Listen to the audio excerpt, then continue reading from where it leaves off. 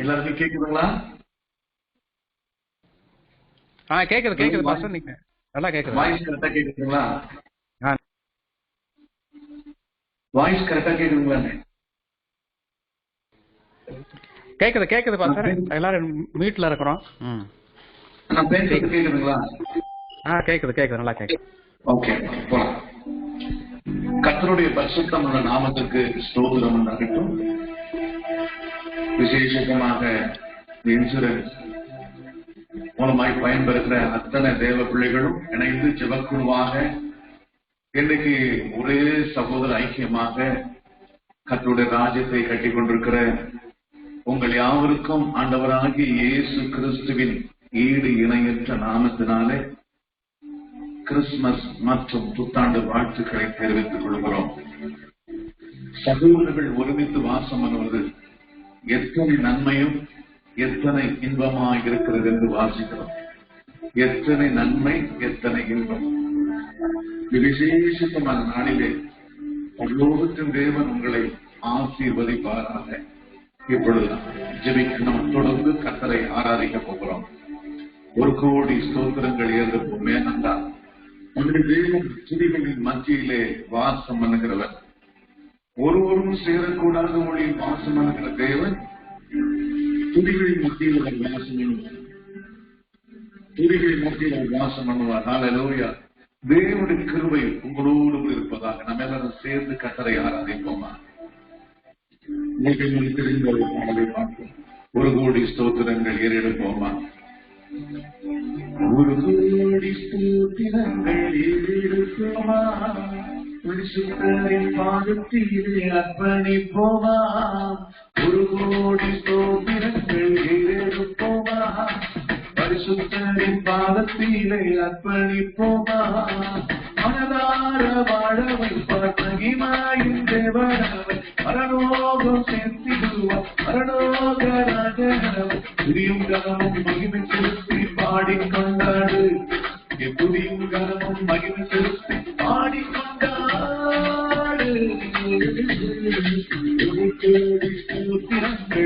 எடுப்போமா? பரிசுத்தரின் பாதத்திலே அர்ப்பணிப்போமா? ஆக 1 கோடி ராஜனை குறிப்போமா? நம்மை மீட்டெடுத்தாரே, பாவத்திலிருந்து சாபத்திலிருந்து மீட்டெடுத்தவர்கள் துதிகளை ஏறெடுப்போம். தேங்க்யூ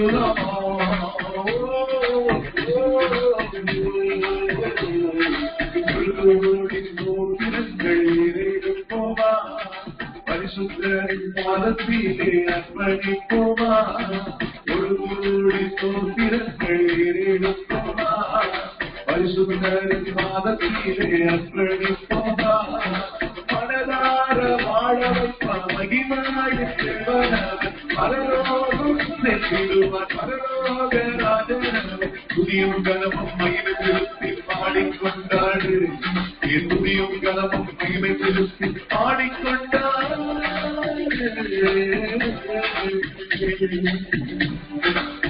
மனுஷூர மீட்புக்காக வந்தவரும் இவரே. பாவங்கள் சாமங்கள மன்னித்தவர் இவரே. மனுஷூர மீட்புக்காக வந்தவரும் இவரே. பாவங்கள் சாமங்கள மன்னித்தவர் இவரே. பரலோக வாசல திறந்தவர் இவரே. நித்திய ஜீவனையும் தந்தவரும் இவரே. பரலோக வாசல திறந்தவர் இவரே.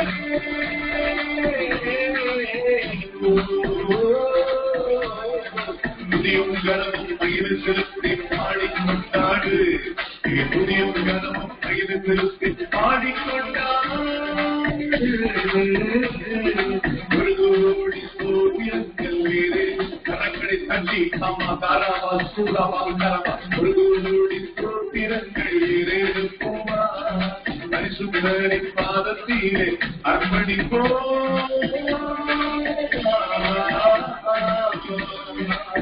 உலகத்தில் வந்துரித்த மெய்யான முடியே. தீயின் சூரியனாய் வந்தவரோ இவரே. உலகத்தில் வந்துரித்த மெய்யான முடியே. பூமியே நீதியின் சூரியனாய் வந்து வரும் இவரே, பாதை இருளை நீக்கியவர் இவரே, பரிசுத்த வாழ்க்கையை தந்தவரும் இவரே. ஒரு கோடி ஸ்தோத்திரங்கள் ஒரு கோடி அல்ல, எத்தனை கோடி ஸ்தோத்திரங்களை செலுத்தினாலும் அதற்கு ஈடு செய்யவே முடியாது. ஈடு செய்ய முடியாத நன்மைகளை இயேசு செய்திருக்கிறார். எந்த மனிதனாலும் செய்ய முடியாததை, எந்த மனிதர்களாலும் செய்ய முடியாததை இயேசு செய்திருக்கிறார். ஒருவரும் செய்ய முடியாத அதிசயத்தை, பாவத்திற்கு ரட்சிப்பு, நித்திய ஜீவனை கொடுத்த, அதற்காகவே நம்மை தேடி வந்த நம்முடைய ஆண்டவராகிய இயேசு கிறிஸ்துவின் பாதத்தை விட்டு செய்வோம்.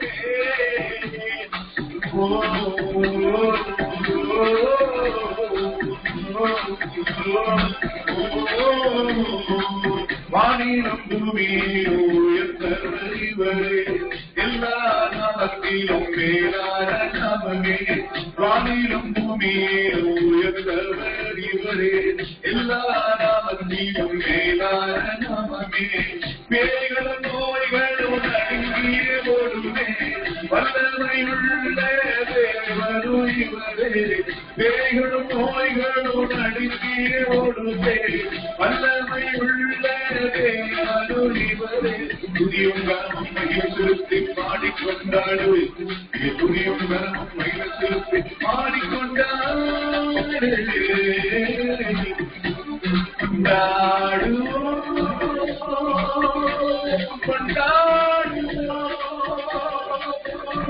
நம் ராஜாதி ராஜாவை கொண்டாடுவோம், நம் ராஜாதி ராஜாவை கொண்டாடுவோம், மெசியா கிறிஸ்துவை கொண்டாடுவோம்.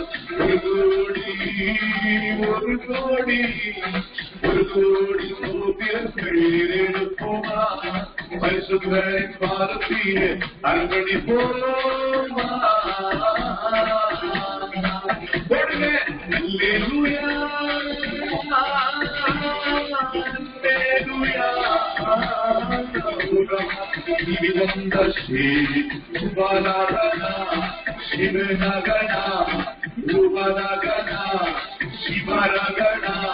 மீட்டெடுத்தாரே, வாழ வைத்தாரே, ரட்சிப்பை தந்தாரே, நித்திய ஜீவம் தந்தாரே,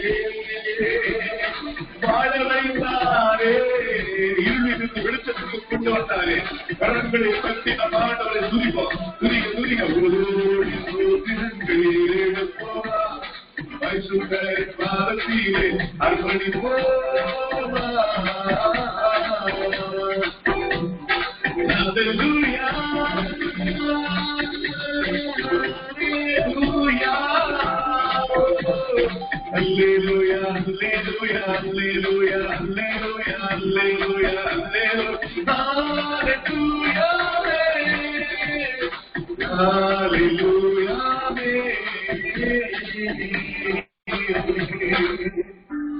நாம் ஏன் ஆண்டவருக்கு செலுத்துகளை செலுத்துகிறோம் என்று சொன்னா, இந்த உலகத்தில் நம்மை மீட்பதற்கு யாருமே வரல. நம் கண்ணீர் இருந்தபோது யாரும் நம்மை தேடி வரல. நம் பாவத்தில் இருந்தபோது யாரும் நம்மை மீட்டெடுக்க வரல. உலையான செஞ்சு இருக்கும் போது யாரும் நம்ம தூக்கி விடல. எல்லாருமே சாக கிடந்தோம். யாரும் யாரை காப்பாற்ற முடியாத நிலையில் இருந்தோம். ஆனால் இயேசு நமக்காக இறங்கி வந்து வேதம் சொல்லுகிறது, அவர் உயர்ந்தவராக இருந்தும் தாழ்மை உள்ளவரை நோக்கி பார்த்தார். நம்மை மீட்டெடுப்பதற்கு ஒரு மனுஷனாகவே இந்த உலகத்திற்கு வந்தார். அதுதான் பிலிப்பியர்ல சொல்லும் பொழுது, அவர் நமக்காக அடிமையின் ரூபம் எடுத்து மனுஷ சாயலாக இறங்கி வந்து நம்முடைய பாவங்களுக்காக, நம்முடைய சாதங்களுக்காக, நம்முடைய போராட்டத்திற்காக, நாம் வர வேண்டிய பாடுகள், நமக்கு வர வேண்டிய எல்லா தண்டனைகளையும் நாம் மறிக்க வேண்டிய இடத்தில் அவர் மறித்து உயிர்த்து உனக்கு உயிரை கொடுத்து மீட்டெடுத்த அந்த தெய்வத்தை எப்படி நாம் கொண்டாடாமல் இருக்க முடியும்? உலகத்தில் நன்மை செய்கிற ஒரே ஒரு தெய்வம். உலகத்தில் தெய்வம் என்று சொன்னால் அவர் தான் கொடுக்கிற தெய்வம். உலகத்தில் 2 சக்திகள் இருக்கிறது. 2 தீய சக்தி, இரவும் பகலும். மனிதர்களை கொள்ளும்படியாக, மனிதர்களை வேதனைப்படுத்தும்படியாக அநேக செயல்களை செய்து கொண்டிருக்கிறது. ஆனால் சர்வசக்தியா இருக்கிற இயேசு, நானோ அவைகளுக்கு ஜீவன் உண்டாகும், அது பரிபூர்ணப்படவும் வந்தேன் என்று இயேசு சொன்னார். இயேசு கொடுக்கத்தான் வந்தார். நமக்கு ஒரு பாலகன் பிறந்தார், நமக்கு ஒரு குமாரன் கொடுக்கப்பட்டார் என்று வாசிக்கிறோம். தேவன் தம்முடைய ஒரே பேரான குமாரனை விசுவாசிக்கிறவன் எவனோ அவன் கெட்டு போகாமல் நித்திய ஜீவனை அடையும்படிக்கு அவரை தந்தருளி இவ்வளவாய் உலகத்தில் அன்பு கூர்ந்தார் என்று வாசிக்கிறோம். ரோமர் 8:32 நாம் வாசிக்கும் பொழுது தம்முடைய சொந்த குமாரனே நமக்கு அந்த கொடுத்தார். ஹல்லேலூயா. நம்மை மீட்டெடுப்பதற்காக ஆமென் பலியாய் கொடுக்கப்பட்ட அந்த நேசகுமாரனா இருக்கிற இயேசுவின் பாதத்தை முத்தம் செய்வோம். அவர்தான் வாழ்வு, அவர்தான் நமக்கு ஜீவன். வாழ்வே நீர்தான் என்று சொல்லி அவரை பாடி உயர்த்தி துதிப்போமா?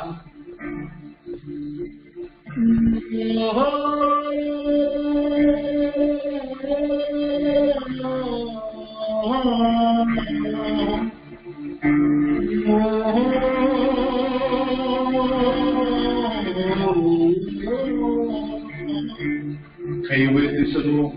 வாழ்வே நீர்தானையா, வாழ்வே நீர்தானையா,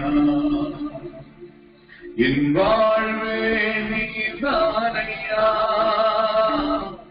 என் வாழ்வே நீர்தானையா,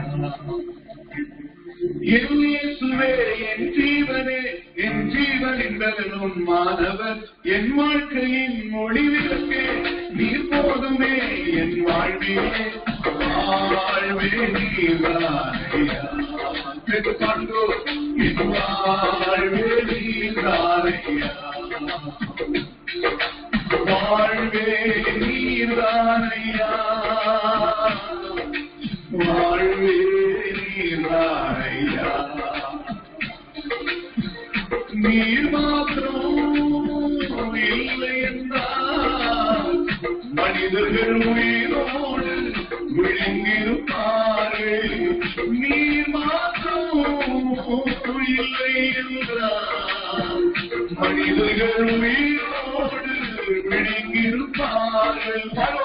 நிற்பதுவே நிலைப்பதுவே, நிற்பதுவே நிலைப்பதுவே, கிருபையினால் வாழ்கின்றேனே, கிருபையினால் வாழ்கின்றேன். கரங்களை உயர்த்தி வாழ்வே நீர்தானையா,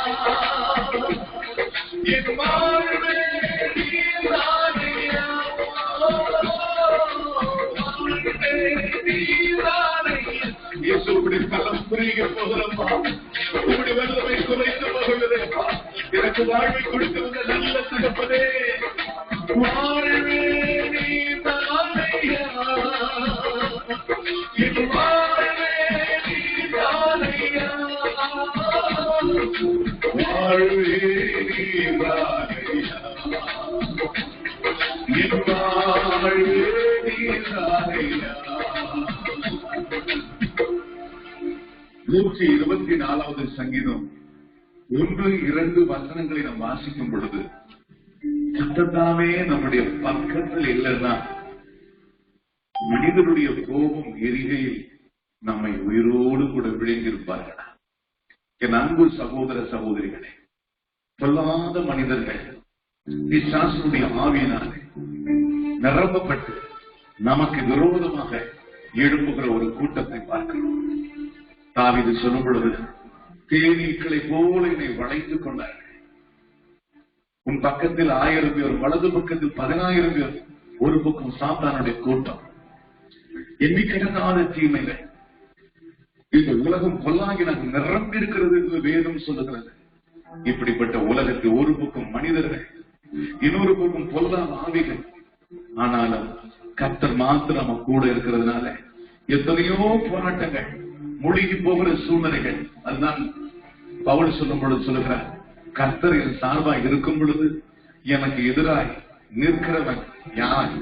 அல்ல கை மூட்டி சொல்லுவோமா, அவ என்னைக்கு நம்ம கரை பிடிச்சாலும் உலகத்தின் முடிவு வரையும் சகல நாட்களிலும் நான் உங்களோடு கூட இருக்கிறேன், நான் உன்னை விட்டு விலகுவதும் இல்லை, உன்னை கைவிடுவது எல்லாம் சேர்ந்து பாடுமா. நீர் மாத்திரம் இல்லை என்றால் மனிதர்கள் உயிரோடு விழுங்கிருப்பார்கள். இப்படிப்பட்ட மனுஷன் இருப்பாங்களா? உயிரோடு கூட விழுங்குற மனிதர்கள் தான் இருக்கிறாங்களா? ஒரு பக்கம் சாத்தான் எவைகளை விழுங்கலாம் என்று சொல்லி கெடுச்சிக்கிற சிங்கத்துக்கு வகை தேடி விழுகிறோம். இன்னொரு பக்கம் மனுஷர் கொலைப்பாளர்கள். தாவீது சொல்லும் பொழுது 59வது சங்கீதம் அதனுடைய தலைப்பை நீங்கள் வாசிக்கும் பொழுது, சவுல் தாவீதை கொள்ளும்படி 7 நாட்கள் ஏறி அனுப்புகிறதை பார்க்கிறோம். ஏராளமான போராட்டம், நம்மை கொள்ளுவதற்கு, நம்மை அழிப்பதற்கு 7 நாட்கள் பட்சத்தில் இருந்து நம்மை கண்மம் நோக்கி பார்த்து நீ மாற்றம் இல்லை என்றால் மனிதர்கள் உயிரோடு விழுங்கிருப்பார்கள். நிற்பதுவே நிற்பதுமே, கை உயர்த்தி சொல்லுவேன், நான் நிற்பதுமே நிலைப்பதுமே கிருபையினால் வாழ்கின்றேன், கிருபையினால் வாழ்கின்றேன். கிருபையில் தான் வாழ்றேன். அந்த கிருபை எத்தனை சத்துருக்கள் வந்தாலும் அழிக்கக்கூடிய சக்தி உடையதான கிருபை. 143வது சங்கீதம் 12வது வசனம் இப்படி சொல்லுகிறது. ஆகியது இப்படி மன்றாடுகிறதை பார்க்கிறோம். உம்முடைய கிருபையின்படி என் சத்துருக்களை அழித்து என் ஆத்துமாவை ஒடுக்குகிற யாவரையும், என் ஆத்துமாவை ஒடுக்குகிற யாவரையும் சங்காரம் பண்ணும் நானும் முதல் அடியான். கிருபை தாங்க. எல்லாம் பாடுவோமா? நிற்பதுவே நிற்பதுமே. கொரோனாவில வருஷம் தொடங்கி எவ்வளவு போராட்டம். நம்ம நிற்கிறது அவருடைய கிருபை, உயிரோடு இருப்பது அவருடைய கிருபை. நம்ம பத்திரமாய் பாதுகாத்தாரு. ஒரு பக்கம் மனுஷன், இன்னொரு பக்கம் வாதைகள், இன்னொரு பக்கம் எல்லா பக்கங்களிலும் நம்மை அழிக்கக்கூடிய சக்திகள் ஏராளமாய். அல்லேலூயா. ஆனால் தாவீது சொல்லும் பொழுது, என் சத்துருக்களுக்கு மத்தியிலே கையை வைத்து சொல்லுமா, நிற்பதுமே நிலைப்பதுமே. சேர்ந்து பாடுங்க. நிற்பதுமே நிலைப்பதுமே கிருபையினால்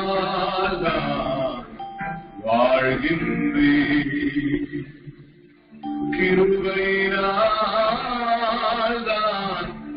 வாழ்கின்றேனே. வாழ்வேனீதானையா. சத்தத்தை உயர்த்தி சொல்லுங்க. என் வாழ்வேனீதானையா.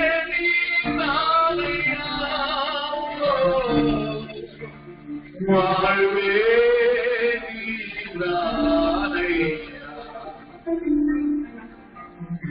4 திசையில் அலைந்தேன் திரிந்தேன், ஆறுதல் சொல்ல யாரும் இல்லை. 4 திசையில் அலைந்தேன் திரிந்தேன், ஆறுதல் சொல்ல யாரும் இல்லை. உன்னதமானவர் மறைவினில் வந்தே, உன்னதமானவர் மறைவினில் வந்தே, நிம்மதி நிம்மதி அடைகின்றேன், நிம்மதி நிம்மதி அடைகின்றேன். வாழ்வே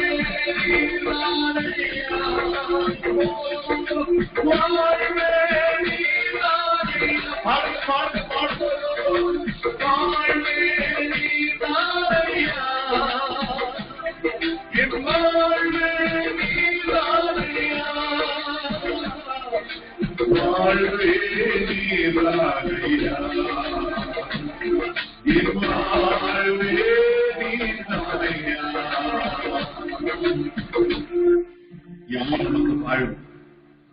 யார் நமக்கு வழி? யார் நமக்கு ஜீவன்? இந்த உலகம் நிர்கதியான உலகம், நம்பிக்கையற்ற உலகம். இந்த உலகத்தில் எல்லாமே நம்மை ஒரு நாள் கைவிட்டு போய்விடுவார்கள். பாதியில வந்தவர்கள் பாதியிலே போய்விடுவார்கள். மனைவி பாதியில வந்தவங்க, புருஷன் பாதியில வந்த, பிள்ளைகள் பாதியில வந்தவங்க, எல்லா உறவுகளும் பாதியில வந்தது. பாதியிலேயே போயிடும், உங்களை வீதியில் விட்டுடும். ஆனா நான் சொல்லுகிற இயேசு உலகத்தின் முடிவு பரியந்தம் சகல நாட்களிலும் நான் உங்களோடு கூட இருப்பேன் என்று வாக்கு பண்ணியிருக்கிறார். அதற்குதான் அவருடைய பெயர் இம்மானுவேல் என்று சொன்னார். தேவன் நம்மோடு கூட இருக்கிறார். நம்ம கூடவே இருப்பதற்கு தான் இயேசு இந்த பூமிக்கு வந்தார். எல்லா கையை வைத்து சொல்லுவோமா? வாழ்வே நீதானையா,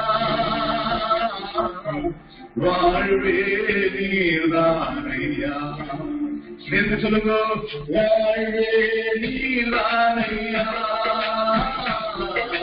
வாழ்வே நீதானையா, என் இயேசுவே என் ஜீவனே, என் ஜீவன் கருமானவர், என் வாழ்க்கையில் ஒளிவிளக்கே, நீ போதுமே என் வாழ்வே, வாழ்வே நீதானையா,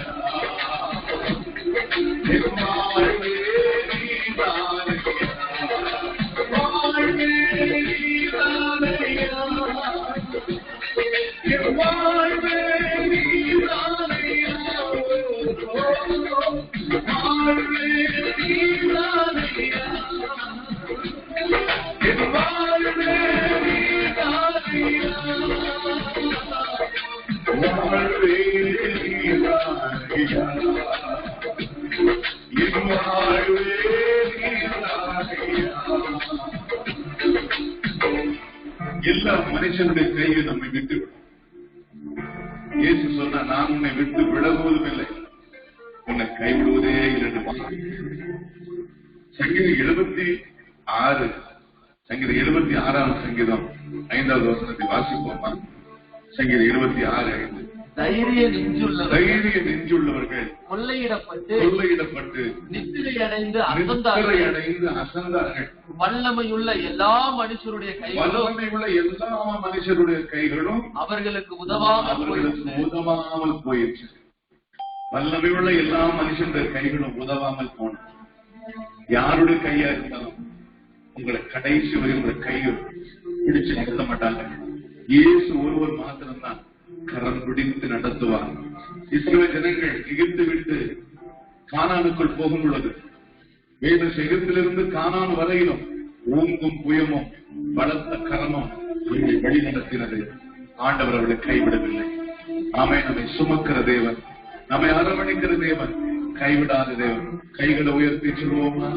உங்க கிருபை இல்லாம வாழ முடியாது. நம்மளுடைய வார்த்தைகளை கடந்து போவோம். உங்க கிருபை இல்லாம வாழ முடியாதையா, உங்க கிருபை இல்லாம வாழ தெரியாதையா. நான் நிற்பதும் உங்க கிருபைதான், நான் நிலைப்பதும் உங்க கிருபைதான், நான் நிற்பதும் நிலைப்பதும் உங்க கிருபைதானப்பா. உங்க கிருபை இல்லாம வாழ முடியாதையா. பாடுவோம். உங்க கிருபை இல்லாம வாழ தெரியாதையா.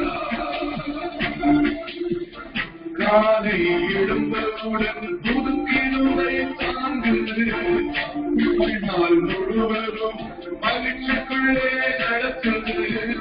காலை எழுந்தவுடன் புது கிருபை தாங்குது, வாழ்நாள் முழுவதும் மகிழ்ச்சிக்குள்ளே நடத்துது. நிர்மூலமாகாமலே இதுவரை காத்தீரையா,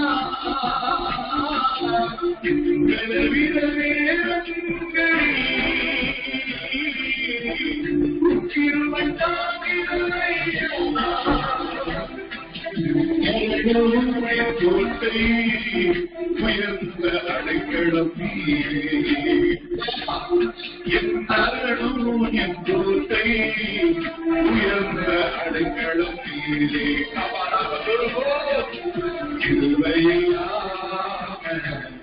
வாழ முடியாதையா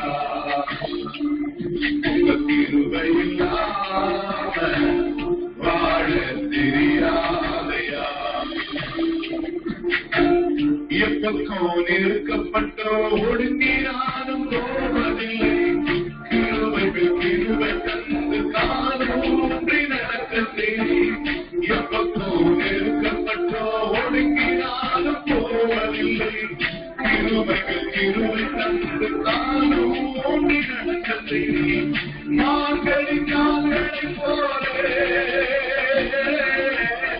பலனாய் வாழ்க்கையிலே உயர்ந்த சகங்களில் இல்லை நிழலாய் நடக்க செய்திலே என்னோட்டை நான்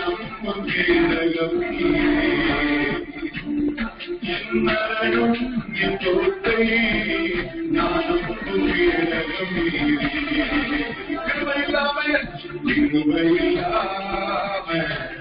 வாழ முடியாதையா அந்த திருவையில்லாம வாழ முடியா வாழ தெரியாது என்னால் முடியாதப்பா வாழ தெரியாதப்பா முடியாதப்பா வாழ தெரியாதப்பா முடியாதப்பா வாழ தெரியாதப்பா இயேசுவே அப்பா அப்பா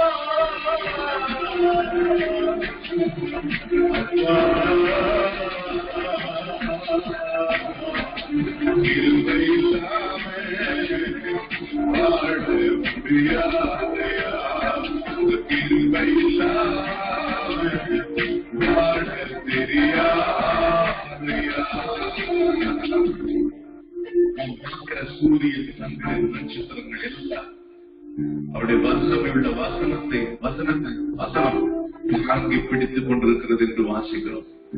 நாம் நிர்மூலமாக இருப்பது அவருடைய சுத்த கிருபையை.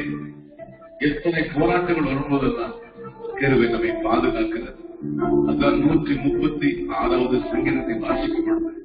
இஸ்ரவேலுடைய முழு வெற்றிக்கு காரணம் நல்லவர், அவர் கிருபை என்றும் உள்ளது.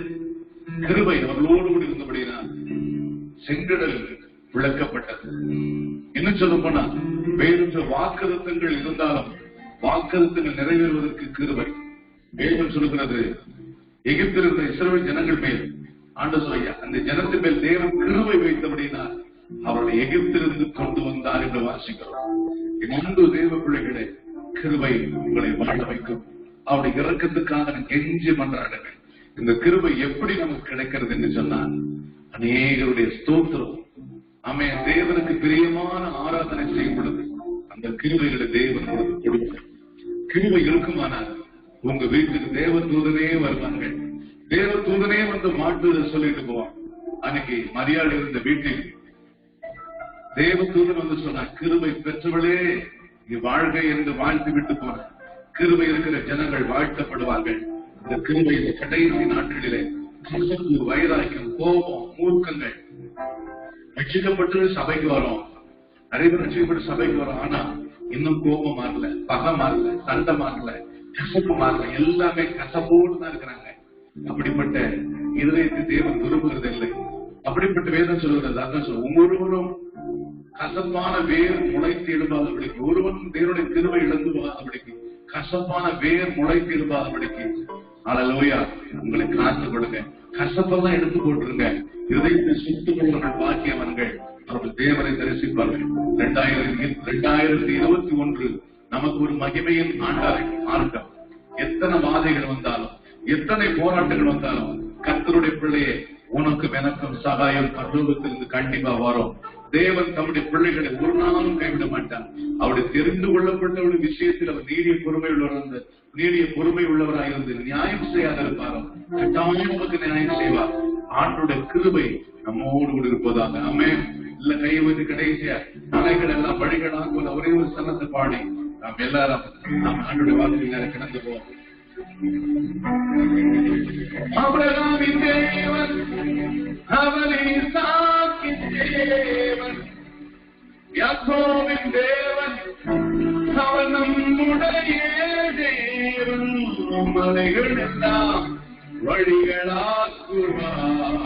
விசுவாசிக்க இந்த நிகழ்ச்சியில கலந்து கொண்டிருக்கிற கர்த்தருடைய பிள்ளைகளே, தீர்க்கதரிசனமாய் உங்களுக்கு சொல்லுகிறேன், மலைகள் எல்லாம் வழிகளாய் மாற்றப் போகிறார்.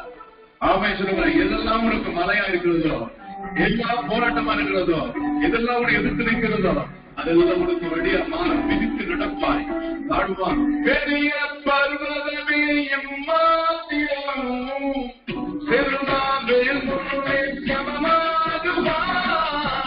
பெரிய பர்வதமே எம்மாத்திரம் செல்வாவேல் முன்னே சமமாகுவாய். முத்திரை மோதிரமாய் தெரிந்து கொண்டாரே, முத்திரை மோதிரமாய் தெரிந்து கொண்டாரே, இயேசுவின் நாமத்தாலே ஜெயம் பெறுவோமே, இயேசுவின் நாமத்தாலே ஜெயம் பெறுவோமே. அபிரகாமின் தேவன், அவர் ஈசாக்கின் தேவன், சபதமலகல சீராதலமானதா. அபிரகாமின் தேவன், அவர் ஈசாக்கின் தேவன், யாக்கோபின் தேவன், அவர் நம்முடைய தேவன், நம்முடைய தேவன். அதையெல்லாம் வழிகளாக்குவார், பாதையெல்லாம் செவ்வையாக்குவார்.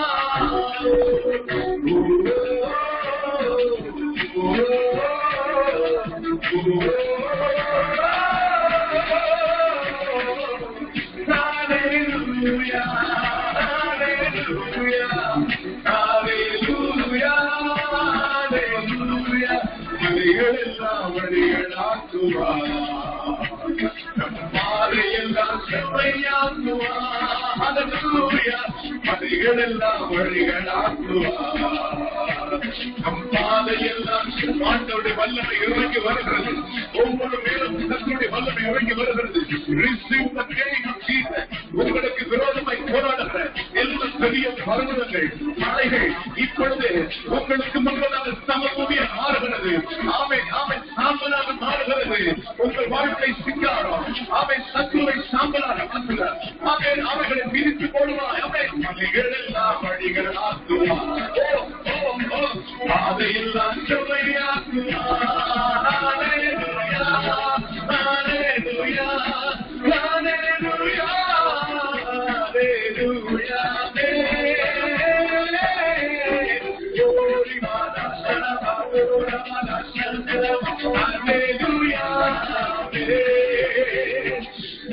ஹல்லேலூயா.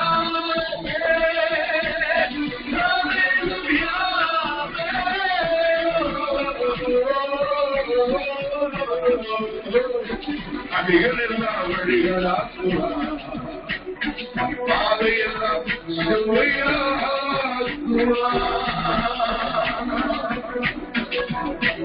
கட்டாயம் 2021 உங்கள் மலைகள் எல்லாம் வழிகளாய் மாறும், பாதைகள் எல்லாம் செவையாக்கப்படும். ஆமென். தோற்றத்தில் ஒரு பூச்செடியால் மலைகளை மிதித்து நொறுக்குவாய், குன்றுகளை ஆமென் பகலுக்கு ஒப்பாக மாற்றுவாய். உன்னை புதிதும் கூர்மையுமான ஆமென் பற்கள் உள்ள எந்திரமாய் உன்னை மாற்றுவேன். இப்பொழுது நிற்பதற்கு புதிதும் கூர்மையுமான எந்திரமாய் உன்னை மாற்றுவேன். சத்துருக்களை நொறுக்கி போடும். தோட்டத்தில் ஒரு பூச்சி, ஆனா உனக்குள் இருக்கிறது தேவ வல்லமை. மலைகளின் வழியை மாற்றக்கூடிய தேவனுடைய வல்லமை உனக்குள்ள ஊடுருவி பாய்கிறது. ஒவ்வொரு பிள்ளைகளை அப்படியே செய்கிறார். இயேசுவின் நாமத்தை ஜெபிக்கிறோம் பிதாவே, ஆமென். கர்த்தருடைய பரிசுத்த நாமத்திற்கு மகிமை உண்டாகட்டும். சங்கீதங்களின் புஸ்தகம் லூக்கா எழுதின சுவிசேஷம் 2ஆம் அதிகாரம் 10வது வசனத்தை வாசிப்போம். தேவதூதன் அவர்களை நோக்கி பயப்படாதிருங்கள், இதோ எல்லா ஜனத்துக்கும் மிகுந்த சந்தோஷத்தை உண்டாக்குற நற்செய்தியை உங்களுக்கு அறிவிக்கிறேன். கவனிங்க, நம்முடைய மலைகள் எல்லாம் வழியாக்கி நம்முடைய பாதைகளில் செவ்வையாக்க முடியாதா? நம்முடைய ஆண்டவராகிய இயேசு கிறிஸ்து 2000 ஆண்டுகளுக்கு முன்பதாக முதல் செய்தி, மீட்பின் செய்தி, ரட்சிப்பின் செய்தி மேய்ப்பர்களுக்கு தேவதூதன் மூலமாய் அறிவிக்கப்படுகிறது. என்னவென்றால், பயப்படாதீர்கள், எல்லா ஜனங்களுக்கும் மிகுந்த சந்தோஷத்தை உண்டாக்குற நற்செய்தி.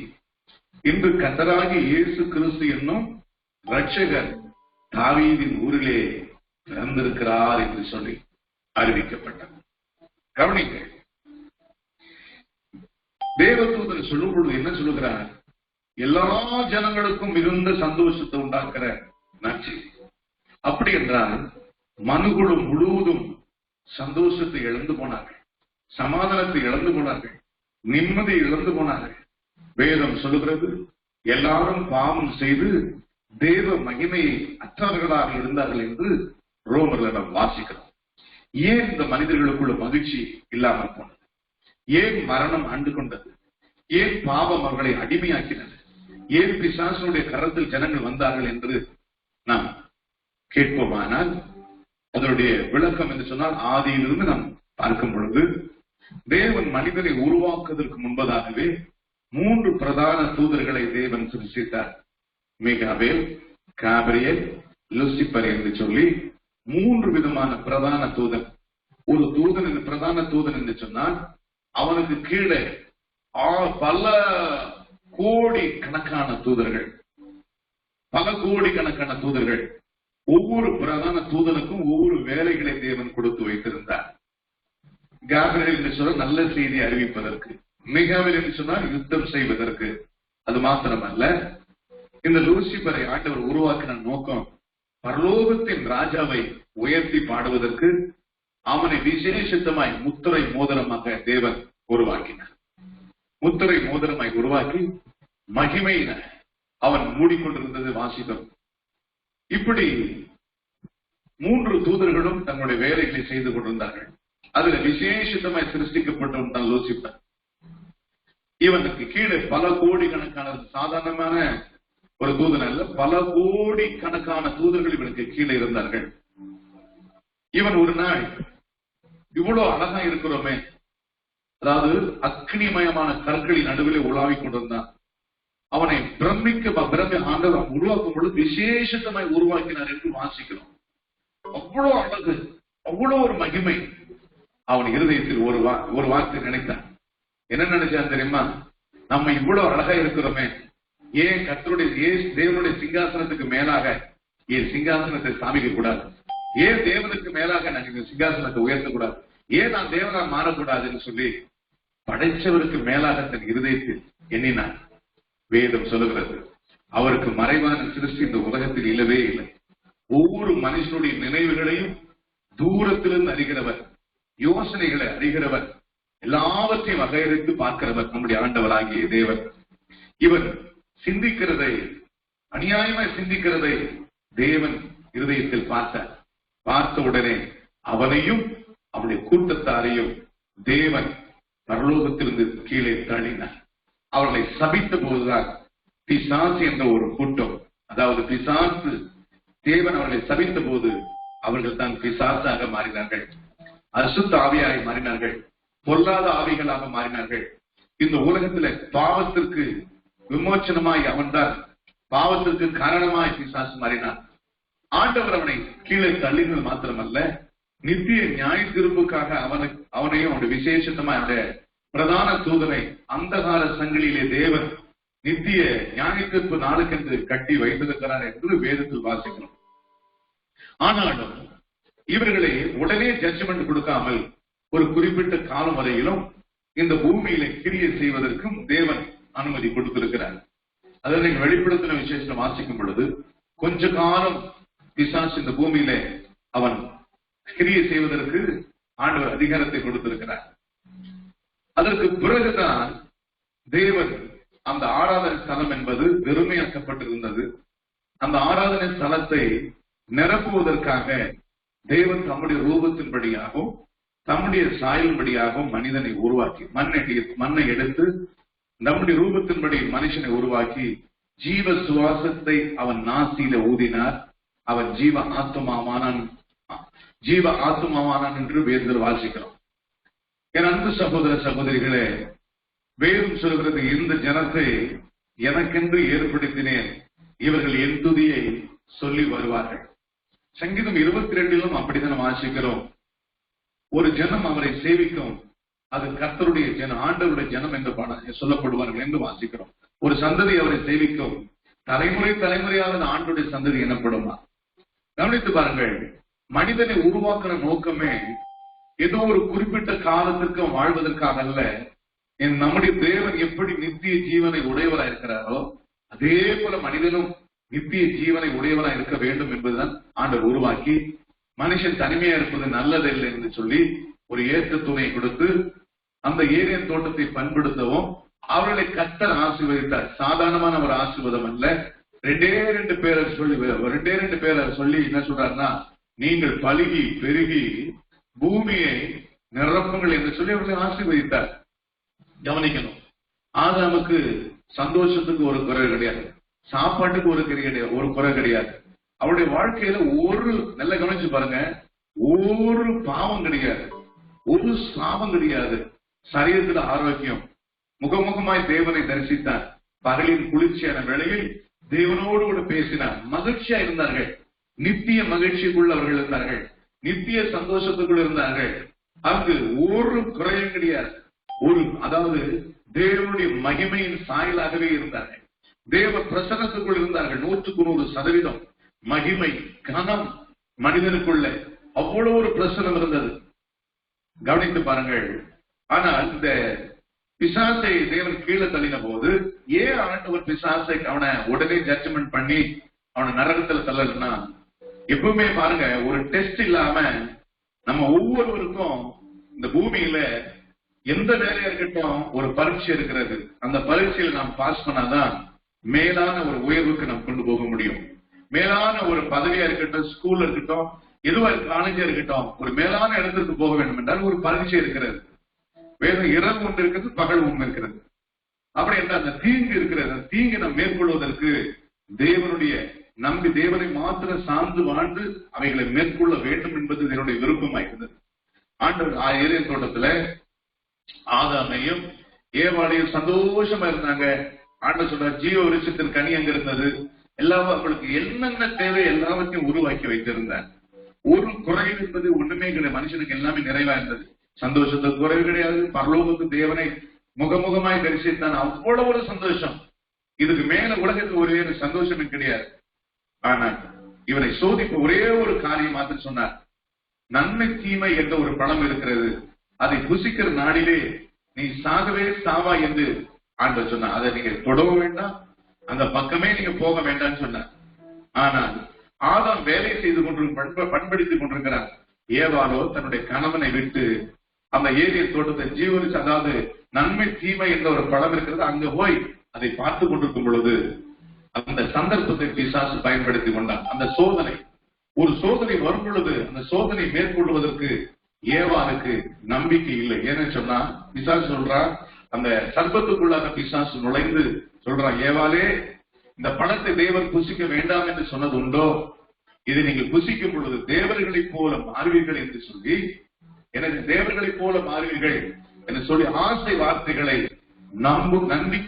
நம்பிக்கையுள்ளபடியாக பிசாசு சொல்லும் பொழுது, அதாவது ஏவாள் கர்த்தருடைய வார்த்தையை விட பிசாசுடைய வார்த்தையை விசுவாசித்தார். பிசாசு சொல்றாங்க, இதை நீங்க புசித்தீங்கன்னா உங்க கண்ணு திறக்கப்படும். ஏற்கனவே அவங்க கண்ணு திறந்துதான் இருக்குது. அவங்க மகிமையின் கண்கள் இருக்கிறது, மாம்ச கண்கள் இல்ல, மகிமையின் கண்கள் இருக்கிறது. பரலோகத்தின் தேவனை தரிசிக்கிறார்கள். தூதர்கள் ஏறுறதும் இறங்குறதும் எல்லாத்தையும் பார்க்க, பரலோகத்தை டைரக்டா பார்க்கிற மகிமையின் கண்கள். ஆனா பிசாசு சொல்றான் உங்க கண்கள் திறக்கப்படும், நீங்க தேவர்களை போல மாறுவீங்க. அப்படி சொன்ன உடனே ஆண்டவருடைய வார்த்தையை விட பிசாசுடைய வார்த்தையை அவள் விசுவாசித்தார். வேதம் சொல்கிறது, கலாத்தியர் 3ஆம் அதிகாரம் 1வது வசனம் சொல்கிறது, புத்தி இல்லாத கலாத்தியரே, சத்தியத்திற்கு கீழ்ப்படியாமல் போகத்தக்கதாக உங்களை மயக்கினவன் யார்? ஏதேன் தோட்டத்துல பிசாசு ஏவாளை மயக்கினான்.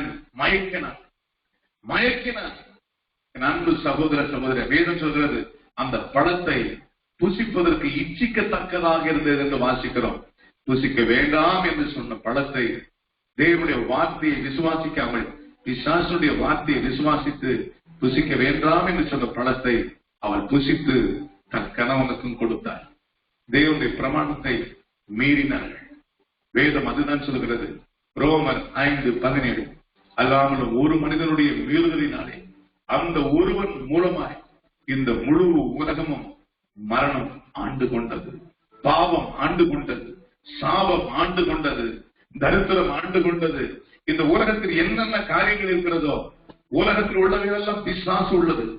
உலகத்தில் உள்ளதெல்லாம் என்ன? விபச்சாரம், வேசித்தனம், அசுத்தம், காம விக்கிரகம், பில்லி சூனிய பகைகள், விரோதங்கள், கோபங்கள், சண்டைகள், மார்க்க பேதங்கள் எல்லாமே பிசாசுக்குரியது.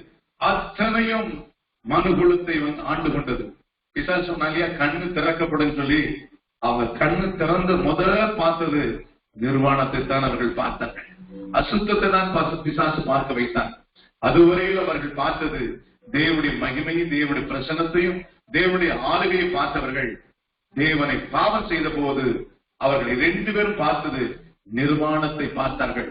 அவர்கள் வெட்கப்பட்டு அத்தி இலையை அந்த மரத்தின் அடியே போய் ஒளிந்து கொண்டார்கள். தேவன் வந்து கேட்கிறார், ஆதாமே எங்கப்பா இருக்கிற? ஆண்டவரே நான் நிர்வாணே இருக்கிறேன் சொல்லி சிந்தித்து பாருங்க. தேவனை பார்க்க முடியவில்லை, தேவனை சந்திக்க முடியவில்லை. புசிக்க வேண்டாம் என்று சொன்ன பழத்தை நீ உன்னுடைய மனைவியின் பேச்சை கேட்டு நீ புசித்தபடினாலே அந்த நாளில் தான் மனுக்குலத்தை மரணம் ஆண்டு கொண்டது. அந்த ஒருவன் மூலமாக பாவம் சாபம் ஆண்டு கொண்டது. அவர்கள் ஏறிய தோட்டத்தை விட்டே துரத்தப்பட்டார்கள். அதற்கு பிறகு சந்ததி மேல் சந்ததி மனுகுலம் பெருக ஆரம்பித்தது. உலகம் முழுவதும் மனுகுலம் பெருக ஆரம்பித்தது. ஆனா மரணத்துக்குரிய சந்ததிகளாகவே மாறிவிட்டோம். ஒருவன் மூலம் மரணம் ஆண்டு கொண்டபடினால அந்த ஒருவன் மூலமா எல்லாரும் பாவம் செய்து தேவ மகிமை அற்றவர்களாய் மாறிவிட்டோம். தேவனுக்கு நமக்கும் தொடர்பு இல்லாமல் மாறிவிட்டது. பிசாசுடைய 100% பிசாசு மனுகுலத்தை ஆண்டு கொண்டான். அல்லேலூயா. நீங்க வேதத்தில் வாசிக்கும் பொழுது மனுகுலத்தை பிசாசு முழுவதையும் ஆண்டு கொண்டார். அது எவ்வளவு நாள் ஆண்டு கொண்டார்? எபிரேயர் 2ஆம் அதிகாரம் 15வது வசனத்தை வாசிக்கும் பொழுது ஜீவகாலம் எல்லாம் அந்த மனுகுலத்தை மரணம் ஆண்டு கொண்டது. வாசிப்போமா? ஜீவகாலம் எல்லாம் மரண பயத்தினாலே அடிமைத்தனத்திற்குள்ளானவர்கள் யாவரையும். மனுஷன் ஜீவிக்கிற காலம் முழுவதும் மரணம் ஆண்டு கொண்டது, பேய் ஆண்டு கொண்டது, வியாதி ஆண்டு கொண்டது, சாபம் ஆண்டு கொண்டது. இந்த உலகத்தில் என்னென்ன அடிமைப்படுத்த மொத்தமே மனுகுலத்தை ஆண்டு கொண்டது. மனிதனால் மீண்டு வரவே முடியவில்லை. எல்லாரும் மரணத்துக்குரியவர்களாய் மாறினார்கள், எல்லாரும் நரகத்துக்குரியவர்களாய் மாறினார்கள். பிசாசுக்கு மாத்திரம்தான் நரகம் நியமிக்கப்பட்டது. ஆனா மனுஷன் பாவம் செய்தபடினாலே அவனும் நரகத்திற்கு போக வேண்டிய கட்டாயத்துக்குள்ளாக மனிதன் தள்ளப்பட்டான். இந்த சூழ்நிலையில் தான் என் அன்பு சகோதர சகோதரிகளே, உலகம் முழுவதிலும் எல்லா மனுஷனும் பாவம் செய்து எல்லாம் நரகத்துக்குரியவர்களை மாறினார்கள். பிசாசுடைய ஆளுகைக்குள்ள மாறினார்கள். பிசாசு சித்திரவதை செய்தான், ஜனங்களுக்குள்ள சாபத்தை கொடுத்தான், வியாதியை கொடுத்தான், அவர்களை கொன்று குவிக்கும்படியாக அவன் நினைச்சான். பாருங்க என்ன ஆண்டவர் தள்ளனாரு. ஆனா இந்த மனுகுலத்தை மீட்கணும்னா என்ன தெரியுமா செய்யணும்? குற்றமில்லாத ஒருவர் வந்து ரத்தம் செலுத்துதல் இல்லாமல் பாவ மன்னிப்பு இல்லை என்று வேதம் சொல்கிறது. அப்படி ஒருவர் வந்தாதான் மீட்பு கிடைக்கும். மீட்பே கிடையாது இவங்களுக்கு, ஜனங்களுக்கு மீட்பே கிடையாது. எப்படி தேவன் வருவார்? அவருடைய ஸ்தானத்தை விட்டு அவர் இறங்கி வருவாரா? வரவே மாட்டார் என்று சொல்லி அவன் பிசாசு நம்பிக்கையோடு இருந்தான். ஆனா விழுந்து போன அந்த சந்ததிக்கு, ஒரே ஒரு சந்ததிக்கு மாத்திரம் தேவன் கை கொடுத்து தூக்கி விடுகிறதை நாம் பார்க்கிறோம். எபிரேயர் 2ஆம் அதிகாரம் 16வது வசனத்தை நீங்கள் வாசிக்கும் பொழுது ஆதலால் அவர் தேவ தூதருக்கு உதவியாக கை கொடாமல், முதல்ல விழுந்து போனது தேவ தூதர்கள் விழுந்து போனாங்க, அவனுக்கு கை கொடுத்து தூக்கல் ஆண்டவர். ஆபிரகாமின் சந்ததிக்கு தேவன் உதவியாக கை கொடுத்தார் என்று வாசிக்கிறோம். அல்லேலூயா. இந்த விழுந்து போன சந்ததியில எல்லாரையுமே தேவன் தெரிந்து கொள்ள ஒரே ஒரு சந்ததிக்கு மாத்திரம் கை கொடுத்து தூக்கினாரா? அவங்கதான் ஆபிரகாம் சந்ததி, அவங்கதான் யூதர்கள். அல்லையே சொல்லுங்களேன், இஸ்ரவேல் என்று சொல்லப்படுகிறது. அந்த இஸ்ரவேல் அந்த சந்ததி தான் இஸ்ரவேல் என்று சொல்லப்படுகிறது. ஆபிரகாம் சந்ததிக்கு தேவன் கை கொடுத்து தூக்கினார். இந்த ஆபிரகாம் சந்ததியும் 430 வருஷம், அதாவது 400 வருஷம் எகிப்தில் அடிமையா இருந்தார்கள், கொத்தடிமைகளா இருந்தார்கள். அவர்கள் பஸ்காவை ஆசரித்த போது ஒவ்வொரு வீட்டிற்கும் ஒரு ஆட்டை அடித்து நிலைக்காடுகிற ரத்தத்தை பூசி பஸ்காவை ஆசரித்த போது அவர்கள் விடுதலையாகி வாக்குறுத்த தேசத்துக்கு அவர்கள் புறப்பட்டு போனார்கள். அதற்கு பிறகு தேவன் இந்த ஆபிரகாம் சந்ததிக்கு மாத்திரம் அல்ல, இந்த உலகத்துக்கு மேல் அன்பு வைத்தார். வேதம் அதை சொல்கிறது, இந்த உலகத்தில் உள்ள எல்லா மனிதர்களும் என்னுடைய பிள்ளைகளை, ஒரு மனுஷனும் கெட்டு போக கூடாது என்பதற்காக ஆபிரகாம் சந்ததிக்கு மாத்திரம் கை கொடுக்கவில்லை, இந்த உலகத்தில் இருக்கிற எல்லா மனிதர்களுக்கும் கை கொடுக்கும்படியாக அவர்களை தூக்கிவிட்டு ரட்சிப்பை கொடுக்க வேண்டும் என்பது தேவனுடைய பிரதான நோக்கமாக இருந்தபடினாலே இவர்களை மீட்க வேண்டும் என்று சொன்னார். தம்முடைய ஒரே பேரான குமாரனை இந்த பூமிக்கு அனுப்பினார். எப்படி மீட்பு என்று சொன்னார்? என்னது? ரத்தம் சிந்துதல் இல்லாமல் பாவ மன்னிப்பே கிடையாதான். இதுதான் தீர்மானம். ரத்தம் சிந்துதல் இல்லாமல் பாவ மன்னிப்பே கிடையாதாங்க. அப்ப ஒரு மனுஷன் பலியாக போனா, மனுஷன் பாவம் செய்ததுனால இன்னொரு மனுஷன் பலியாகணும். அவன் எப்படிப்பட்ட மனுஷன் இருக்கணும்? மாட்டு ரத்தம் கோழி ரத்தம் எல்லாம் கிடையாது. ஒரு மனுஷன் ரத்தம் சிந்தப்பட வேண்டும். அந்த மனுஷன் பாவமே இல்லாத ஒரு மனுஷனா இருக்கணும். அப்படி பார்த்தா வேதம் சொல்லுகிறது, எல்லாரும் பாவம் செய்து தேவ மகிமையை அற்றவர்களாக இருந்தார்கள் என்று வாசிக்கிறோம். என் அன்பு சகோதர சகோதரிகளே, எல்லாரும் பாவம் செய்து தேவ மகிமை அற்றவர்களாக இருந்தார்கள். அப்படி என்ற எல்லா மனுஷனுக்குள்ள பாவம் கலந்திருந்தது. அப்ப பாவத்திற்காக ஒருவர் இந்த பூமியில மறிக்க வேண்டிய சூழ்நிலையில் எல்லாருமே பாவம் செய்து தேவ மகிமை அற்றவர்களா இருந்தாங்க. அப்ப பாவம் இல்லாத ஒரு மனிதன் உலகத்தில் வர வேண்டும் என்று சொன்னால் சாத்தியமே கிடையாது. அப்படி என்ன வேறொரு ஆதாம உருவாக்கி அவனை படி செலுத்தலாம்? அப்படி இல்ல. தேவன் நீதியை மீறுகிறவர் அல்ல, அவள் சிதை செய்த அவள் சத்தியத்தின்படியே செய்கிறவர். என்ன செய்தார் தெரியுமா? தேவன் தம்முடைய ஒரே பேரான குமாரனை இந்த பூமிக்கு அனுப்பினார். செல்ல குமாரன். அவர் மூலம்தான் இந்த உலகமே சிருஷ்டிக்கப்பட்டது. அவர் தான் இந்த வார்த்தை, அவர் தான் ஜீவனுள்ள தேவன்.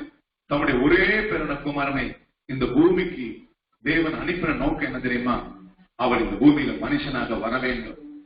மனுஷனாக வந்து எல்லா மனிதனுடைய பாவத்துக்காக ஒரே பலியாக அவர் இந்த பூமியில பலியிடப்பட வேண்டும். பலியிட்டு அவருடைய ரத்தத்தினால எல்லாரும் மீட்கப்பட வேண்டும் என்பது தேவனுடைய நோக்கமாயிருந்தது. பிசாசு நினைச்ச மனுகுலத்தின் முழுவதும் நான் நரகத்துக்கு கொண்டு போயிடுவேன், தேவனை சிருஷ்டி முழுவதும் நரகத்துக்கு கொண்டு போய்விடுவேன் சொல்லி நினைத்தான். ஆனால் தேவனே இறங்கி வந்து மனிதனாக இறங்கி வந்தார். வேதம் சொல்கிறது, அதான் வேதம் சொல்கிறது, கர்த்தராகிய இயேசு கிறிஸ்து என்னும் ரட்சகர் தாவீதின் ஊரிலேயே பிறந்திருக்கிறார். எல்லா ஜனங்களுக்கும் மிகுந்த சந்தோஷம்.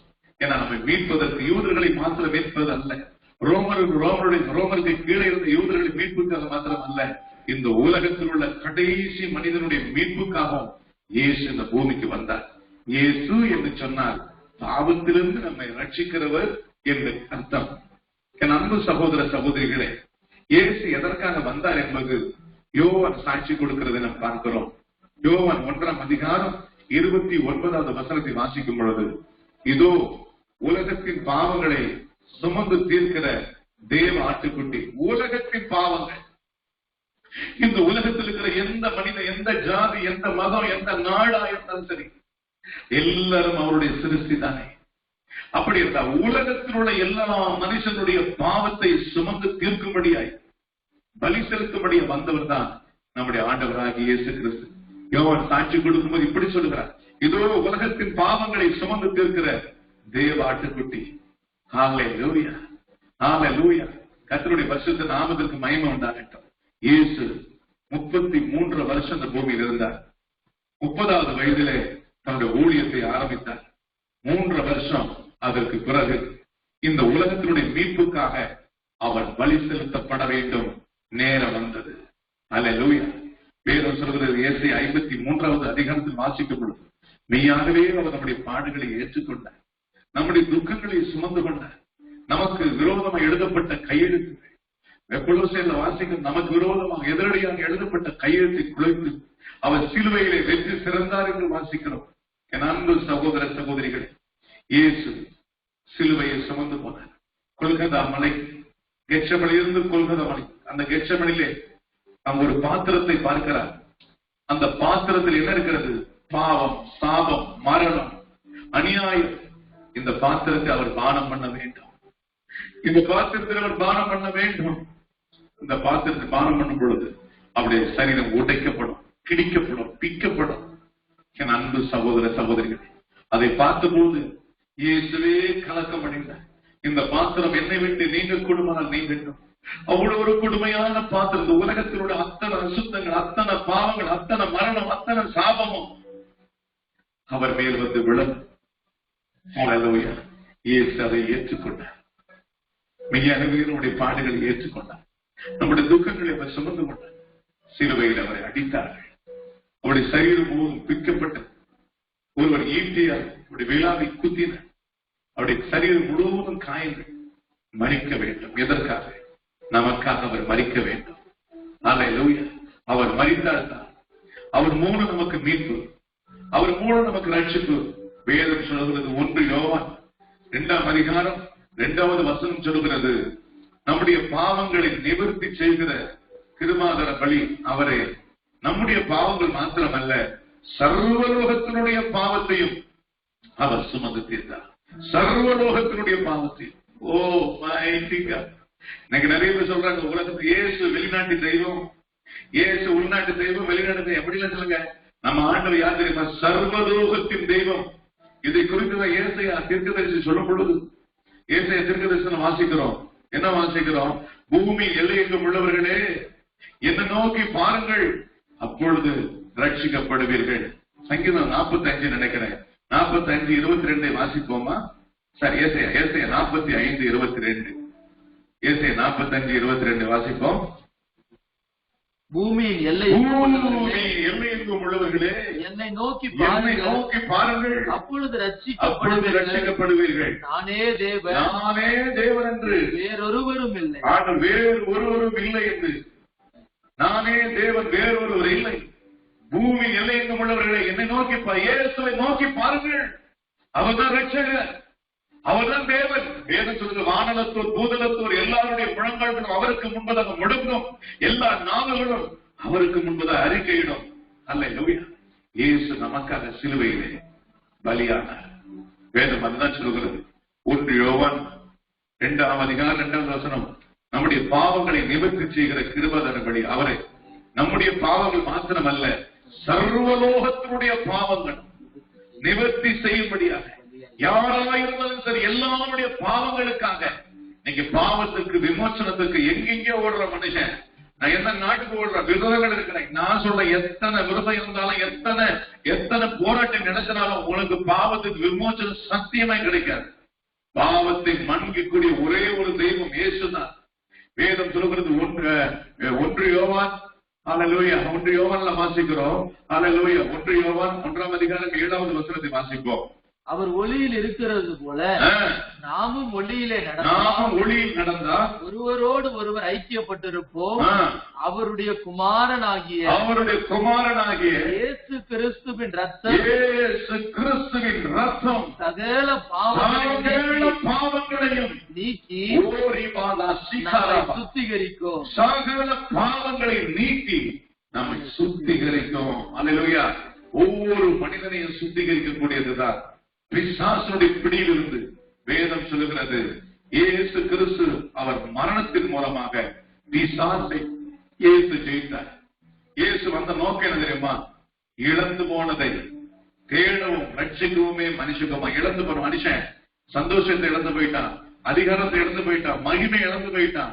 அது எல்லாவற்றையும் 2ஆம் ஆதாமா இருக்கிற இயேசுவை இரண்ட ஆதாமாக வந்து இந்த பூமியில மனுஷன் எதெல்லாம் அடிமைப்பட்டிருக்கிறானோ, சாத்தான் எதெல்லாம் அடிமையாக்கி வச்சிருக்கான், அதெல்லாவற்றையும் மரணத்தையும் பாதாளத்தையும் செய்து அவன் பிசாசுடைய தலையை நசுக்கி எல்லா வல்லமைகளையும் உறிந்து கொண்டு அவன் சிலுவையிலே வெற்றி சிறந்தார். அல்லேலூயா. இயேசு ஒருவர் மூலம்தான் இந்த முழு உலகத்திற்கு ரட்சிப்பு. இந்த ரட்சிப்பை பெற்றால் நமக்கு என்ன கிடைக்கும் என்று சொன்னால், இந்த பூமியில ஒரு சமாதானத்தின் வாழ்வு, நிறை வாழ்வு, மகிழ்ச்சிக்குரிய வாழ்வு, சமாதானத்துக்குரிய வாழ்வு, வெற்றிக்குரிய வாழ்வு. அது மாத்திரமல்ல, இந்த உலகத்துக்கு பிறகு நாம் நித்திய ஜீவனை அடைய போகிறோம். மனிதனுடைய வாழ்க்கை இந்த உலகத்தோடு முடிந்து போகிற ஒரு வாழ்க்கை அல்ல. இந்த உலகத்துக்கு பிறகு நாம் சதா காலங்களிலும் நாம் தேவனோடு கூட வாழப்போகிறோம். நித்திய மகிழ்ச்சியை தேவனுடைய சிரசின் மேல் வைப்பார். கண்ணீர்கள் எல்லாம் துடைக்கப்படுமா? சதா காலங்களிலும் மகிழ்ச்சியோடு இருப்போமா? அந்த நித்திய வாழ்வுக்கு தான் இவ்வளவு நாம் போராடி கொண்டிருக்கிறோம். ஒருவரும் கெட்டு போக கூடாது. அதே போல நித்தியம் என்பது இன்னொன்று இருக்கிறது, நரகம் என்பது இருக்கிறது, அதுவும் நித்தியம். ஒரு முறை ஒருவர் நரகத்திற்கு போய்விட்டார், எத்தனை கோடி ஆண்டுகள் ஆனாலும் மீண்டு வரவே முடியாது. அக்னி கடல் என்று சொல்லப்படுகிறது.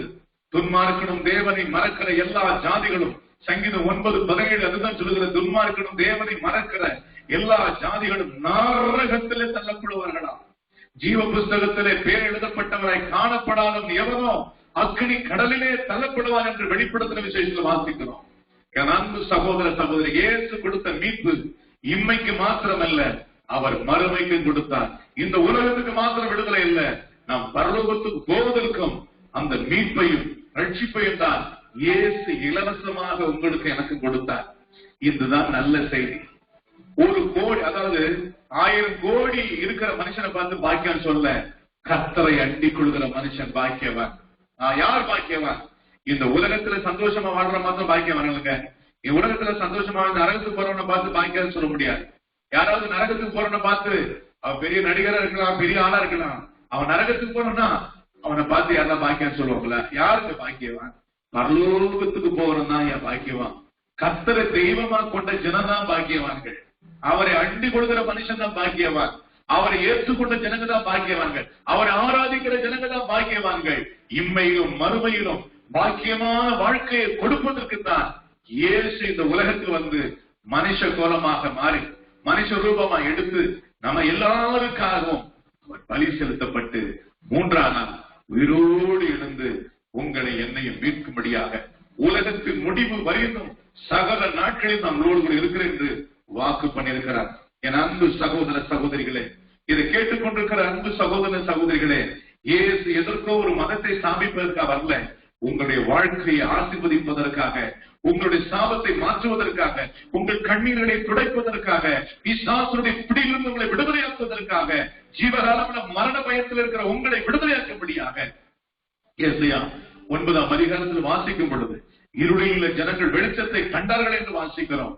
ஆனால் அந்த வெளிச்சத்துக்கு நம்மை கொண்டு வரும்படியாக இயேசு இந்த உலகத்துக்கு வந்தார். இயேசு சொன்னா, நான் உலகத்துக்கு வெளிச்சமா இருக்கிறேன், உலகத்துக்கு ஒளியா இருக்கிறேன். அதே போல உங்களை என்னையும் வெளிச்சத்தின் பிள்ளைகளை மாற்றுவதற்காக எபேசியர்ல வாசிக்கிறோம். முன்னே நாம் அந்தகாரமா இருந்தோம், இப்போது நாம் வெளிச்சத்தின் பிள்ளைகளாக இருக்கிறோம். உங்களை என்னை வெளிச்சத்தின் பிள்ளைகளாக, மகிழ்ச்சிக்குரிய பிள்ளைகளாக, ஜெயத்துக்குரிய பிள்ளைகளாக, ஆசீர்வாதத்தின் பிள்ளைகளாக, இம்மையிலும் மாத்திரமல்ல மறுமையிலும் ஆசீர்வதிக்கப்படுவதற்கு, சதா காலங்களிலும் மகிழ்ச்சிக்குரிய ஜனமாய் மாற்றுவதற்கு தான் இயேசு இந்த பூமியில மனிதனாக இறங்கி வந்தார். இந்த செய்தியைத்தான் தூதர்களுக்கு சொல்றார். எல்லா ஜனங்களுக்கும் மிகுந்த சந்தோஷம் உண்டாக்குற நல்ல செய்தி. இந்த இயேசுவை யாரெல்லாம் ஏற்றுக்கொள்றாங்களோ, அதுதான் வேறு 2020 ஆண்டுகளாக இந்த மகிமையின் சுவிசேஷம் உலகம் முழுவதும் அறிவிக்கப்பட்டுக் கொண்டிருக்கிறது. வாசப்படுகின்ற கதவை தட்டுகிறார். ஒருவன் அவருடைய சத்தத்தை கேட்டு கதவை திறந்தார். இயேசு சொல்றார், நான் அவனோடு கூட போஜனம் பண்ணுவேன். ஒரு மினிஸ்டர் கூட வந்து உங்க வீட்டுல வந்து போஜனம் பண்ண முடியுமா? ஏன் ஒரு ஊர் தலைவர் வந்து உங்க வீட்டுல போஜனம் பண்ண முடியுமா? வானத்தையும் பூமியும் சமுத்திரத்தையும் உண்டாக்கின தெய்வம் சொல்றாரு, நான் அவனோடு கூட போஜனம் பண்ணுவேன், நான் அவனோடு கூட இருப்பேன் என்று வாக்கு பண்ணிருக்கார். இவ்வளவு பெரிய மகத்துவமுள்ள தெய்வம் நமக்காக இறங்கி வந்து மீட்பை கொடுத்தா எல்லாரும் வீட்டையும் கதவை தட்டி கொண்டிருக்கிறார். ஆனா நிறைய பேர் கதவை திறக்கவே மாட்டேங்கிறாங்க. யாரெல்லாம் கதவை திறந்தாங்களோ அவங்களுக்கு எல்லாம் ரட்சிப்பு, அவங்களுக்கு எல்லாம் விடுதலை, அவங்களுக்கு எல்லாம் சந்தோஷம். அல்லேலூயா. ஆனா கதவை திறக்காதவங்களுடைய நிலைமை என்ன தெரியுமா போகுது? ஒரு நாள் வரப்போகுது. வெளிப்படுத்தின விசேஷம் 1ஆம் அதிகாரம் 7வது வசனம் சொல்கிறது, இதோ மேகங்களுடன் அவர் வருகிறார், கண்கள் யாவும் அவரை காணும், அவரை குத்தினவர்களும் அவரை காண்பார்கள், பூமியின் கோத்திரங்கள் எல்லாம் அவரை கண்டு புலம்ப போகிறார். அது மாத்திரமல்ல, சங்கீதம் 2:12 சொல்கிறது, குமாரன் கோபம் கொள்ளாமலும் நீங்கள் வழியில் அழியாதிருக்கும்படிக்கு அவரை முத்தம் செய்யுங்கள், கொஞ்ச காலத்தில் அவருடைய கோபம் பற்றி எரிய போகிறது, அவரை அண்டிக் கொள்கிற மனுஷன் பாக்கியவான். வெளிப்படுத்தின விசேஷம் 6ஆம் அதிகாரத்தில் வாசிக்கும் பொழுது, ஆட்டுக்குட்டி அவருடைய கோபாக்கினி நாட்கள் நெருங்கிவிட்டது, அந்த கோபம் பயங்கரமாய் உலகத்தில் பற்றி எரிய போகிறது. அல்லேலூயா. அந்த நாட்கள் யாரும் தப்பிக்கவே முடியாது. இதுதான் ரட்சணிய நாள், இதுதான் நமக்கு சந்தோஷத்தினாள். இந்த கிருபை நாட்கள் இருக்கிற வரையிலும் இந்த மகிமையின் தேவனை யாரெல்லாம் ஏற்றுக்கொண்டார்களோ, யாரெல்லாம் நம்புறாங்களோ அவங்க பாக்கியவர்களா இருப்பார்கள். சாபத்திலிருந்தும் பாவத்திலிருந்தும் இயேசு உங்களை விடுவித்து உங்களை ரட்சித்து மகிழ்ச்சியான வாழ்க்கை வாழ்வதற்கு ஆண்டவர் நமக்கு கிருபை கொடுத்து நம்மை ஆசீர்வதிப்பாராக. இப்படி தன்னுடைய வாழ்க்கையில நான் ஒரு இந்து குடும்பத்தை சார்ந்தவன், நேரம் ஆகிவிட்டது. நான் ஒரு இந்து குடும்பத்தை சார்ந்தவன். இந்த குடும்பத்தில் 5 நபர்கள், நான் 4வது நபராக நான் பிறந்தேன். பிறக்கும் பொழுது நன்றாய் பிறந்த நான் 10 வயசுல போலியோ அட்டாக்கினால் என்னுடைய வலது காலை நான் இழக்க வேண்டிய சூழ்நிலைக்கு தள்ளப்பட்டேன். என் குடும்பம் ஒரு பெரிய பணக்கார குடும்பம் அல்ல, ஏழ்மையான குடும்பம். எங்க அப்பா ஒரு குடிகார். குடியினால் சித்திரவதை தாங்க முடியாம எங்க மாமா வீட்டுக்கு வந்தாங்க. எங்க மாமா வீட்டுல சின்ன ஒரு குடிசை கொடுத்தாங்க. அந்த குடிசையில 2 பேர் 3 பேர் தான் படுக்க முடியும், 5 பேர் படுக்க முடியாது. நாங்க போய் திண்ணைகள்ல படுத்திருப்போம், இல்ல ரோட்ல படுத்திருப்போம். இதுதான் எங்க வாழ்க்கை. வறுமை ஒரு பக்கம், குடிச்சிட்டு வந்து பிள்ளைங்க 5 பிள்ளைங்களை பெற்றெடுத்த தவிர பிள்ளைங்களுக்கு கவனம் செலுத்துவது இல்லை. பிள்ளைங்க சாப்பிட்டாங்களான்னு கேட்டது இல்லை. எங்களுக்கு ஒரு ட்ரெஸ்ஸே எடுத்து கொடுத்தது கிடையாது. 16 வயசு வரையும் 17 வயசு வரையும் ஒரு ட்ரெஸ்ஸே கிடையாது எங்களுக்கு. அவ்வளோ கஷ்டம், அவ்வளோ கஷ்டம், அவ்வளோ வேதனை, வறுமை, பசியின் கொடுமைகள் தாங்க முடியாது. ஸ்கூல்ல ஒருவேளை ஸ்கூல்ல ஒருவேளை தான் ஸ்கூல்ல அந்த ஒருவேளை உணவு தருவாங்க. அந்த உணவு ஒருவேளை உணவுக்காக தான் நான் போனேன். படிப்புக்கு எனக்கு சம்மதமே கிடையாது. 14 வயசுல எங்க அப்பா குடியினாலே கிணத்தில் விழுந்து மறித்து விட்டார். வறுமையில என் தாயாரும் மறித்து விட்டார்கள். இந்த நிலையில் ஸ்கூல்ல ஒருவேளை உணவுக்காக தான் ஸ்கூலுக்கு போன, படிப்புக்கு எனக்கு சம்மதம் கிடையாது. 5வது வரையும் பேருக்கு தெரியாது. 10வது வரையும் ஏதோ பரிதாபத்துல பாஸ் பண்ணி விட்டாங்க. 10வது பரீட்சை எழுதுன ஆல் சப்ஜெக்ட்ல 37 மார்க்.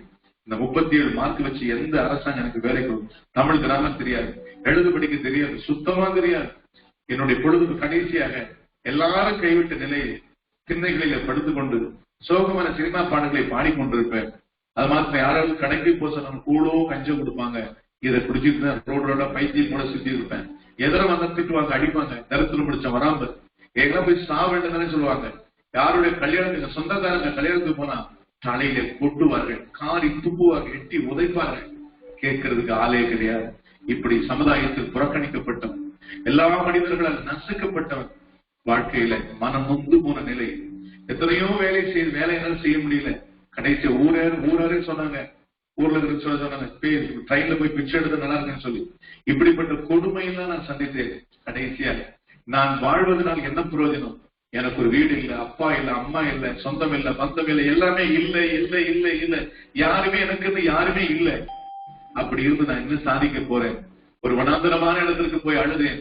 யார் எனக்கு உதவி செய்யவில்லை என்று சொல்லி அழுது கொண்டிருக்கும் பொழுது, யாரு கடவுள், உண்மையான ஒரு கடவுள் இருக்கிறார்னா என்னை சந்திக்கட்டும், நான் சாக போறேன்னு சொல்லும் பொழுதுதான் இந்த எளியவருடைய சத்தத்தை வேதம் சொல்கிறது. கூப்பிடுகிற காக்கை குஞ்சுகளுக்கு கூட தேவன் கவனம் செலுத்தி அளவை அதற்கு ஆகாரத்தை கொடுக்கிறது போல இந்த பரதேசியுடைய அந்த பரதேசியுடைய சத்தத்தை தேவன் கேட்டார். இயேசு கேட்டு எனக்கு ரட்சிப்பை கொடுத்தார். இயேசுவை என் வாழ்க்கையில் சொந்த ரட்சகராய் ஏற்றுக்கொண்டேன். அதற்கு பிறகு அவர் மேல் நான் தாகம் கொண்டேன். எனக்கு தேவனே எனக்கு உயிராக மாறினார். பக்தி வைராக்கி அவர் மேல் அதிகமாய் செலுத்தினேன். என் வறுமையை பார்க்கிறோம், என் சாப்பாட்டை பார்க்கிறோம், என் தேவைகளை பார்க்கிறோம். எங்க தேவையை இயேசுவாக இருந்தார். அவரே எனக்கு போதும், அவருக்கு நான் வாழ்வேன், செத்தான் அவருக்காய் சாவேன். அந்த பக்தி வைராக்கியம் தான் கர்த்தரை ஊழியத்துக்கு என்று அழைத்தார். கர்த்தரை ஊழியத்துக்கு நான் உன்னை அழைக்கிறேன், என் ஊழியம் செய்வாய் கேட்ட போது நான் சொன்னேன், ஆண்டவரே இப்படி ஊழியம் செய்வதற்கு எந்த தகுதியும் இல்லை, நான் ஒரு முட்டாள், நான் சமுதாயத்தில் புறக்கணிக்கப்பட்டவன், என்னை யாரும் ஏற்றுக்கொள்ள மாட்டாங்க ஆண்டவரே. ஆண்டவர் சொன்னார், மகனே, உன்னை நான் என்னுடைய ஊழியத்துக்கு தெரிந்து கொண்டேன். ஞானிகளை வெட்கப்படுத்தும்படி உலகத்தில் உள்ள பைத்தியங்களை தெரிந்து கொண்டேன். பலவான்களை வெட்கப்படுத்தும்படி பலவீனர்களை தெரிந்து கொண்டேன். இழிவானவர்களை தெரிந்து கொண்டேன் என்று இயேசு சொன்னார். நான் சொன்ன ஆண்டவரே, அது மாதிரி ஆண்டு சொன்னாரு, உலகத்தின் கடைமணி மட்டும் நான் கொண்டு போவேன், ராஜாக்களுக்கு மத்தியில கொண்டு போவேன். எனக்கு ஆச்சரியமா இருந்து, நான் படிப்பறிவு இல்லாம யார் என்னை ஏற்றுக்கொள்வாங்க. நடந்தது என்ன தெரியுமா? ஒரு இடத்துல பைபிள் ஸ்கூல், ஒரு 6 மாசம் பைபிள் ஸ்கூல் படிச்சோம். அங்க ஸ்பான்சர் வரலன்னு சொல்லி அவங்க என்ன பண்ணிட்டாங்க, எங்கேயாவது போயிடுன்னு சொல்லிட்டாங்க. எங்க போறது, வீடு வாசல் கிடையாது. ஆனா அதை ஆக்கப்பட்டேன். ஒவ்வொரு ஊராக போய் இயேசுவின் சுவிசேஷத்தை அறிவித்தேன். என்னுடைய வீடு பிளாட்பாரம், என்னுடைய வீடு சர்ச்சை வாசல்கள், என்னுடைய வீடு மரத்தடி. இதுதான் என்னுடைய பொழுதுபோக்கே. என்ன தெரியுமா? தேவனை துதிப்பது தான் என்னுடைய பொழுதுபோக்கு. பசி ஒரு பக்கம், வறுமை ஒரு பக்கம், நிந்தை ஒரு பக்கம். யாரும் என்னை ஏற்றுக்கொள்ள மாட்டார்கள். ஒரு அனாதையை போல் தான் நான் அறிந்தேன். ஒரு பிச்சைக்காரனை போல், ஒரு நாடோடியை போல் நான் சூதித்திருந்தேன். என்னை ஆதரிப்பதற்கோ என்னை காப்பாற்றுவதற்கு யாரும் முன் வரவில்லை. ஆனா என்னுடைய நம்பிக்கை, ஒரே நம்பிக்கை, என்னால் முடிந்தவரை கர்த்தருக்கு ஊழியம் செய்துவிட்டு இந்த வறுமையிலே நான் சாக வேண்டும் என்று சொல்லி தீர்மானம் பண்ணி கொண்டிருந்தேன். ஒரு முறை நான் வரும், அதாவது கண்கள் எல்லாம் உள்ளே போய்விட்டது. 13 வருஷம் நான் பட்ட பாடுகளுக்கு அளவே இல்லை. கண்ணீரின் மத்தியில், பாடுகள் மத்தியிலும் கர்த்தர் மேல் நம்பிக்கை இருந்தேன். ஒரு இடத்துக்கு போனேன், ஒரு தெரிந்த என்னுடைய நண்பருடைய வீட்டுக்கு போனேன், தெரிஞ்சவங்க. அங்க போய் மயங்கி கீழே விழுந்து விட்டேன். அப்பொழுது அவர் சொன்னார், இவர் எந்தக்கு நாளைக்கே செத்து விடுவார், இவருடைய பாடி யார் எடுக்கிறது, இவர் அனுப்பி விடுங்கள் என்று சொல்லி 20 ரூபாய் கொடுத்து அனுப்பிட்டார். நம்ம ஒரு சர்ச்சு வாசல நம்ம ஓடு அண்ணன், இந்த உலகத்துல என்னை நேசிக்கிறது யாரும் இல்லையே. என்னுடைய வாழ்க்கையில் வந்த எல்லா பாடல்களுமே என்னுடைய வாழ்க்கை சம்பந்தப்பட்ட பாடல்கள். இதுதான் இன்னைக்கு பல மில்லியன் மக்களுக்கு ஆசீர்வாதமாக இருக்கிறது. அப்பொழுது கண்ணீர் விட்டு அழுது கொண்டிருக்கும் பொழுது ஒரு பாடலை கொடுத்தார். அந்த பாடலை பாடி நான் தேவனை பயன்படுத்த விரும்புகிறேன்.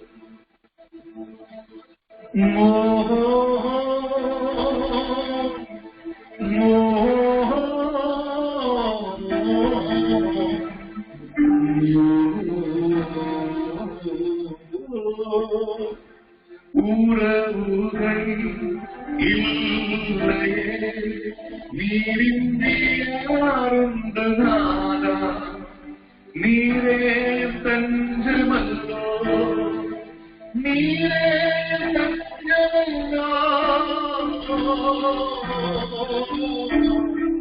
யாருண்டு நாதா, என்னை விசாரிக்க உறவுகள் இல்லை, நீரின்றி யாருண்டு நாதா, நீரே தஞ்சமல்லோ, நீரே தஞ்சமல்லோ. Hallelujah. யூடியூப் சேனல்ல பாஸ்டர் லூகாஸ் சேகர் சாங்ஸ் நடிச்சு நிறைய பண்றேன். இந்த பாடலை பாடிக்கிட்டு ஆண்டவர் பார்த்து சொன்னப்பா, என்னால வாழ முடியலப்பா, என் ஜீவன் எடுத்துக்கொண்டு அழுது கொண்டிருக்கும் பொழுதுதான் ஆண்டவர் என்னோட பேசினார். உன் கிரியைகளை நான் அறிந்திருக்கிறேன், உனக்கு கொஞ்சம் பிறந்த நாமத்தை மறுதளிக்காமல் என் வசனத்தை கை கொண்டபடினால் இது திறந்த வாசலை உனக்கு முன்பதாக வைக்கிறேன், ஒருவனும் அதை பூட்ட மாட்டான் என்று இயேசு சொன்னார். அதற்கு பிறகுதான் ஸ்டெப் பை ஸ்டெப்பாக என்னை உயர்த்தினார். பாடல் மூலமாக, ஆராதனை மூலமாக, செய்தி மூலமாக இன்னைக்கு உலகம் முழுவதும் கர்த்தருடைய ராஜ்யத்தை சலித்து போகாமல் உயிரோடு கூட ஜீவனோடு கூட என் இயேசு ஜீவிக்கிறார், என் இயேசு பரிசுத்தமுள்ளவர். அது மாத்திரமல்ல, என் வாழ்க்கையில் வந்த பாடுகள் கொஞ்சம் நஞ்சம் அல்ல. 2 பிள்ளைகளை இழந்திருக்கிறேன். அது மாத்திரமல்ல, நான் கீழே விழுந்து ஸ்பைனல் கார்டு, முதுகு தண்டு உடைந்து 4 டிஸ்க் கொலாப்ஸ் ஆயிடுச்சு. எவ்வளவு கடுமையான போராட்டங்கள் மத்தியிலும் அவர் சொன்னது போல எப்பக்கம் நாங்கள் நெருக்கப்பட்டோம், ஒடுங்கி போகாதபடிக்கு இன்னைக்கு அந்த பரலோகத்தின் தெய்வத்திற்கு ஊழியம் செய்வதற்கு, வைராக்கியத்தோடு ஊழியம் செய்வதற்கு, ஜீவனோடு ஊழியம் செய்வதற்கு தேவன் எனக்கு கிருபை கொடுத்தார். ஹல்லேலூயா. இன்னைக்கும் ஆண்டவர் ராஜாக்களுக்கு மத்தியில், பிரபுக்களுக்கு மத்தியில் அமர வைத்து அநேகருக்கு ஆசீர்வாதமாய் வைத்திருக்கிறார். தொடர்ந்து எங்களுடைய தரிசனத்துக்காக நீங்கள் தொடர்ந்து ஜெபித்துக் கொள்ளுங்கள். இன்டர்நேஷனல் ரிவைவல் பிரேயர் சென்டர் ஒன்று கட்ட வேண்டும், அதற்காக ஜெபித்துக் கொள்ளுங்கள். தொடர்ந்து இன்னைக்கு லட்சோதி லட்சம் மக்கள், கோடிக்கணக்கான மக்கள் நம்முடைய பாடல் மூலம் ஆசீர்வதிக்கப்பட்டுக் கொண்டிருக்கிறார்கள். எளிமையும் சிறுமையமான எனக்கு வாழ்வை கொடுத்த இயேசு என்னை இன்னைக்கு அநேக ஜாதிகளுக்கு படிப்பறிவில்லாத என்னை இன்னைக்கு அநேக ஜாதிகளுக்கு ஜனங்களுக்கு ஆசீர்வாதமாய் வைத்திருக்கிற இயேசு உங்களையும் ஆசீர்வாதமாய் வைப்பார். யாரையும் அவர் வேற்றுமையாய் யாரையும் ஒரு வேற்றுமையா பார்க்கிற தேவன் அல்ல. எல்லாரையும் நேசிக்கிறாருங்க.